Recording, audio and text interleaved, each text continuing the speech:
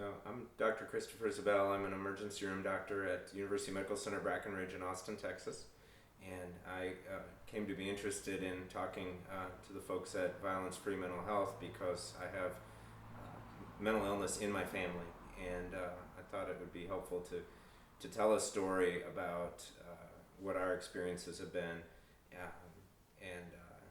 In my particular case, the story I'm going to relate started in a community nearby Austin. It was not in Austin.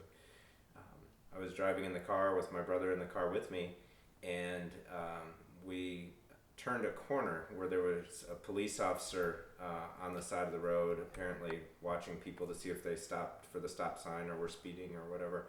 But as we went by, my brother waved at him in the way that a little kid would wave at a police officer. But for whatever reason, this particular officer found that behavior suspicious, and so he decided to pull us over.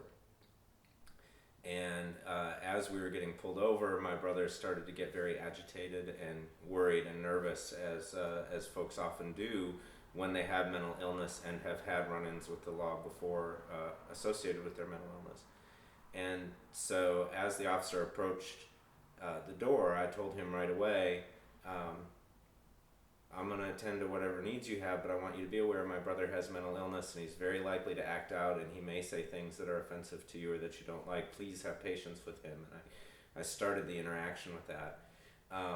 But in spite of that, he decided to behave as an authority figure over my brother and started telling him, you will sit down, you will shut up, you will be quiet. And that just made my brother all the more agitated because this officer clearly did not know any right way to interact with the mentally ill. And as my brother got more agitated, he reached the point where he started to think it was time for him to get out of the car and do something about this. And I really started thinking that something horrifyingly bad was about to happen because obviously now the officer was about to feel threatened. And he really just didn't understand how mentally ill people behave, and he didn't understand how his own behavior might contribute to mental illness and fuel the fire. And so the interaction was actually spinning quickly out of control. Thankfully, right as things were as scary as I think they could get, another officer pulled up, and that officer happened to be a trained mental health officer. And so as he pulled up, I got his attention right away, and I said, the other deputy is about to make this situation really, really ugly. He's been handling things very poorly. Can you help us? And he identified himself as a mental health officer. He shouted at my brother, what is your diagnosis? And right away, Anthony just spouted him off, and that confirmed for the mental health officer that in fact he was dealing with a mentally ill person.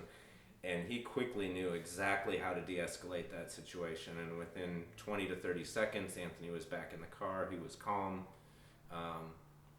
He talked to that officer about what a good officer you are. That guy's a dick, but you're a great officer. And thankfully, we had somebody who knew how to diffuse that situation.